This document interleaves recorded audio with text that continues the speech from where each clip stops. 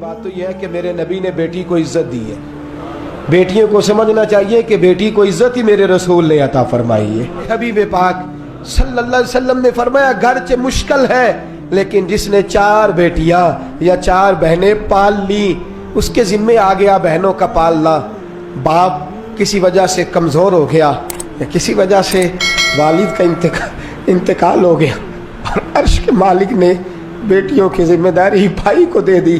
فرمایا اگر 4 بیٹیاں یا 4 بہنیں فرمایا اگر وہ تیرے حصے میں آ گئی.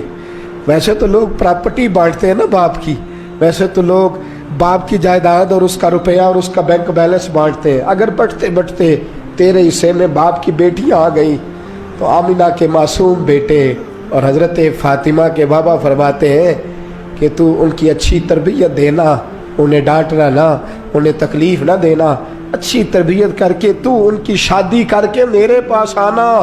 اور میں جس طرح یہ میری 2 انگلیاں جڑی ہوئی ہیں اس طرح تو میرے ساتھ جوڑ کے جنت میں داخل ہو جائے گا. اس طرح میرے ساتھ بولیے میرے ساتھ جوڑ کے. حضرت عباس حضور کے چچا ہیں, کہتے ہیں حضور جس کی 4 نہ ہو 3 ہو. تو میرے حبیب نے فرمایا اللہ 3 والے کو بھی اسی طرح کا اجر عطا فرمائے گا. حضور جس کی 2 ہو فرمایا تو کوشش کر, محنت کر, تو ان کی اچھی پرورش کر, ان سے پیار کر, اس طرح میرے ساتھ جڑ کے جنت میں داخل ہو جائے گا. حضرت عباس کہتے ہیں ہم نے ایک کے بارے میں پوچھا ہی نہیں اور ہمیں پکا پتہ ہے جو ایک کی بھی پرورش کرے گا اسے بھی اللہ کے رسول جنت میں بازو تھام کے لے کر کے جائیں گے. حضرت فاطمہ کہتی ہے میں نے آنکھ کھولی نا جب گھر میں 5 سال عمر حضرت فاطمہ کی تھی جب نبی پاک نے اعلان نبوت فرمایا. ان روایات میں اختلاف رہتا ہے, کبھی کمی بیشی بیان کی جائے یا کہیں ہو جائے تو یہ چونکہ بڑی مضبوط روایات ملتی نہیں. 5 سال عمر تھی میری جب حضور نے اعلان نبوت کیا تو کہتی ہے میں نے گھر میں دکھ دیکھے, آزمائشیں دیکھی, لیکن ہر گام پہ میں اپنے نبی کے ساتھ کھڑی رہی. ہر گام پہ. کہا آپ دین کے لیے سب سے پہلے نکلی کب تھیں؟ بازار جانے کو تو نکلی نہیں, مارکیٹ تو جانا حضرت فاطمہ کا ثابت ہی نہیں, گلی کے اندر نکلنا تو ثابت ہی نہیں, تقاریب کے اندر جانا تو ثابت ہی نہیں. ایک دفعہ نکلی حضرت فاطمہ سب سے پہلے گھر میں. کب نکلی؟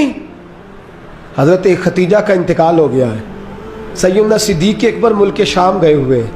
کسی نے دوڑ کے آ کے حضرت فاطمہ کو بتایا کہ مسجد حرم شریف میں خانہ کعبہ کے سامنے حضور سجدے میں تھے. اونٹ کی اوجڑی بڑی وزنی ہوتی ہے, اس میں گند بہت زیادہ ہوتا ہے, حضور کا وجود نرم و نازک ہے. ابو جہل نے, ابو سفیان نے, ان کافروں نے اوجڑی اٹھا کے حضور کی گردن پہ رکھ دی ہے. بظاہر حقیقتاً نہیں, بظاہر یہ حال ہے کہ حضور کی گردن مبارک اٹھ نہیں رہی. حضرت فاطمہ کہتی ہے میں نے پہلے دن نقاب اوڑھا اور میں نے دوپٹہ لیا. کہا حضور کی گردن پر اوجڑی ہے, پاک رسول کی پاک بیٹی, عزت والے رسول کی عزت والی بیٹی. حضرت فاطمہ فرماتی ہیں میں پہلے دن برقع اوڑھ کے حرم شریف گئی, حضور سجدے میں, سر پہ وزنی اوجڑی. فرماتی ہے میں نے کھینچ کے اتاری, حضور کھڑے ہوئے, میں روئی نہیں, میری آنکھوں میں آنسو نہیں, میں نے حضور کی انگلی تھامی. آپ فرماتی ہیں ساری کائنات مصطفیٰ کے پیچھے اور نبی میرے پیچھے. فرماتی ہیں میں گھر نہیں لائی نبی پاک, حضور نے بھی نہیں پوچھا بیٹے کدھر جانا ہے, سیدھی میں آب زمزم کے کنویں پہ لے گئی. فرماتی ہیں بظاہر بالوں میں وہ اونٹ کی اوجڑی کے ذرات لگ گئے تھے. فرماتی ہیں لوٹے میں پانی بھرا, ایک ہاتھ سے میں پانی ڈالتی, دوسرے ہاتھ سے حضور کی زلفوں کو سنوارتی. فرماتی میں دھوتی جاتی, فارغ ہوئی حضور کے کپڑوں کو میں نے دھویا, وجود پہ پانی ڈالا. میرے دوستو یہ انداز محبت, یہ انداز وفا, یہ انداز تربیت. فرماتی ہیں پھر میں نے اپنے دوپٹے سے حضور کے بالوں کو صاف کیا, پھر کہا حضور چلیے. نبی پاک اٹھے, انگلی میں نے تھام لی. فرماتی ہیں خرامہ پیچھے, اب بھی نہیں پوچھا فاطمہ کدھر جانا ہے. فرماتی ہیں حضور سید عالم صلی اللہ علیہ وسلم کو گھر لائی, چارپائی پہ بٹھایا اور بٹھا کے دودھ کا پیالہ میں لائی, حضور کو دیا. پھر میں نے نبی پاک کو کھجوریں دی اور جب حضور نے پی لی تو فرماتی ہے میں بازوؤں کا ہار بنا کے گلے سے لپٹ گئی, ماتھا چوما تو حضور روئے. تو میں نے کہا یا رسول اللہ آپ نے غم نہیں کرنا.